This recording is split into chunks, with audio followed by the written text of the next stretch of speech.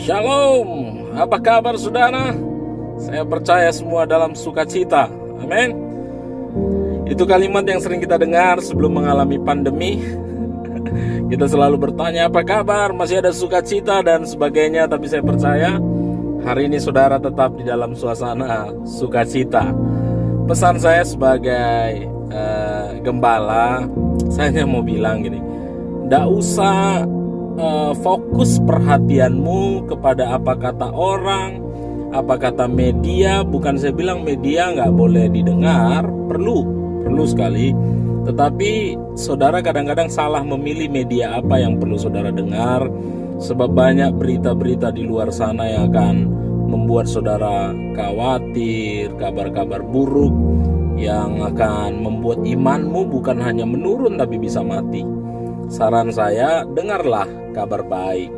Sebab Kristus datang untuk membawa kabar baik. Yohanes 10 ayat 10 bilang begini, pencuri, setan datang untuk mencuri apa? Sukacitamu, damai sejahteramu, mencuri, membunuh, membinasakan. Itu yang dia mau, itu yang ditebar setan hari-hari ini. Tapi dikatakan, tetapi Kristus datang untuk memberi hidup. Wow, dan hidup dalam kelimpahan. Jadi kalau masih yakin di dalammu ada Kristus, Kristus itu akan memberi hidup kepadamu. Dan bukan hidup sembarangan loh, hidup penuh kelimpahan. Amin. Saya mau kutip kebenaran firman Tuhan dari Matius 6. Ini ayat yang sudah sering sekali. Dan saya yakin begini, hari-hari ini firman Tuhan yang selama ini saudara dengar itu akan bermanfaat sekali. Kemarin firman itu hanya sekedar didengar, tidak begitu bermanfaat karena saudara belum punya tempat untuk mempraktekkannya. Makanya hari ini firman Tuhan yang selama ini kau dengar, baca ulang dan mulai praktekkan itu. Matius 6 bicara tentang kekhawatiran, dia bilang begini, ayat 25 ya. Karena itu aku berkata kepadamu, janganlah khawatir akan hidupmu. Wow, hidupmu gak perlu kau khawatirkan ya, gak perlu akan apa yang hendak kamu makan atau minum, dan jangan khawatir pula akan tubuhmu akan apa yang hendak kamu pakai. Wow. Bukankah hidup itu lebih penting daripada makanan dan tubuh itu lebih penting daripada pakaian? Ayat ini bilang begini, mana lebih penting, kau masih hidup atau kau nggak punya beras tapi mati? Pasti hidup yang lebih penting. Itu maksud ayat ini. Jadi nggak usah pikirin macam-macam, nggak usah pikirin, wah gua nggak punya ATM nih. Banyak orang sekarang punya ATM kosong juga gitu. Bersyukur Anda nggak punya ATM. Kami yang punya ATM ini sering pergi ke ATM berharap ada orang yang tiba-tiba ngisi uang, kita masukin ke ATM, ternyata isinya masih nol gitu. Capek bolak-balik ke ATM. Bersyukur Anda nggak punya ATM, nggak ada yang kau masukkan ke mesin. Engkau tinggal masukkan permohonanmu kepada Tuhan. Ayat ini bilang jangan khawatir akan hidupmu, ya. Bukankah hidup itu lebih penting daripada makanan dan tubuh itu lebih penting daripada pakaian? Jadi kalau kau masih hidup, kalau masih ada tubuhmu utuh kepadamu, syukuri itu. Syukuri. Dan kemudian ayat 26 bilang begini, kalau kau mulai khawatir, lihat burung.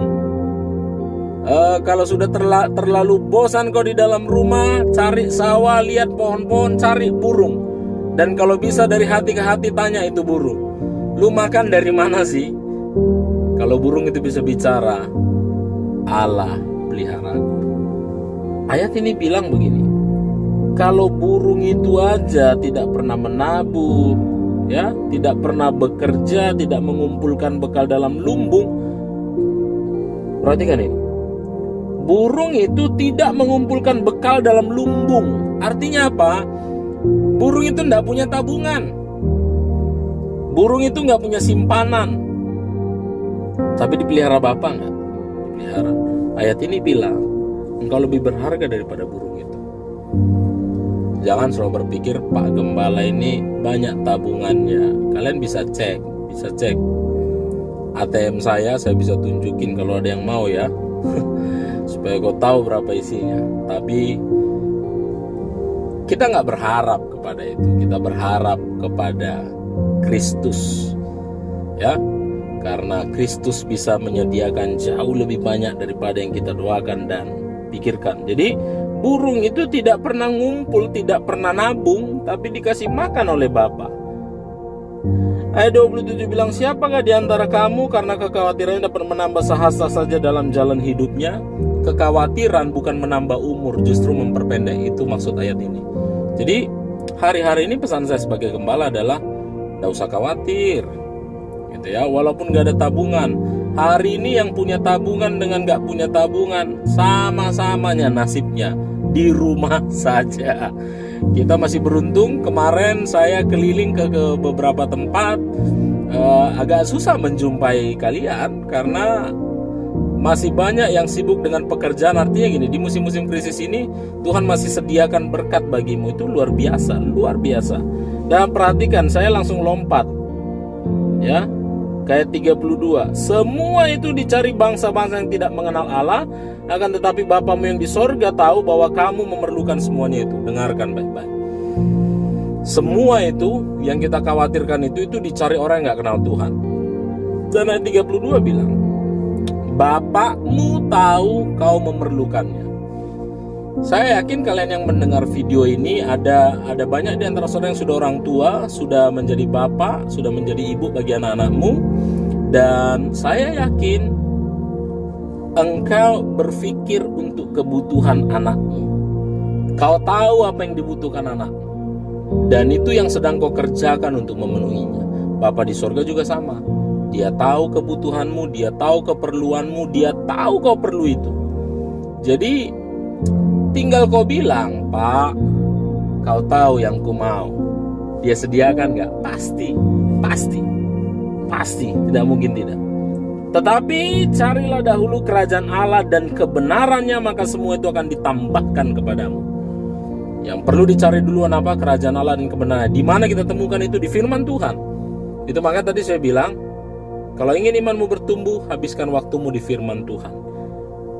Kalau kau cari Tuhan, kerajaannya, kebenarannya di firman Tuhan, semua akan ditambahkan kepadamu. Jadi semua ditambahkan, melebihi yang kau pikirkan. Jadi harapan saya, cari Tuhan lewat firman-Nya, imanmu bertumbuh, semua kebutuhanmu ditambahkan Tuhan, ditambahkan. Dan saya tutup dengan ini, Mazmur 73 ayat 25. Siapa gerangan ada padaku di sorga selain engkau? Selain engkau tidak ada yang kuingini di bumi. Wow. Pemazmur bilang, mau ke sorga pun bukan sorganya yang kucari, bukan rumah mewah, bukan jalan emas yang kucari di sorga, tapi Tuhan. Di bumi pun aku tidak mau memiliki apa-apa selain Tuhan. Dan saya mau pesankan begini, Tuhan itu sudah ada di dalammu. Dan karena itu sudah ada di dalammu, hendaklah engkau berbicara seperti pemazmur dan bilang, udah ada Tuhan di dalamku, itu cukup bagiku. Jadi kau tinggal bilang, Yesus cukup bagiku. Ada satu lagu yang gitu luar biasa yang saya dengar kemarin, sangat memberkati. Dia katakan, God is enough for me. Tuhan itu cukup bagiku. Kalau Tuhan cukup bagimu, Dia akan memenuhi, menambahkan segala kebutuhan. Jadi tetap bersukacita, sebab Dia Allah menyediakan jauh melebihi yang kau doakan dan pikirkan. Tetap semangat. Haleluya. Tuhan memberkati saudara. Amin.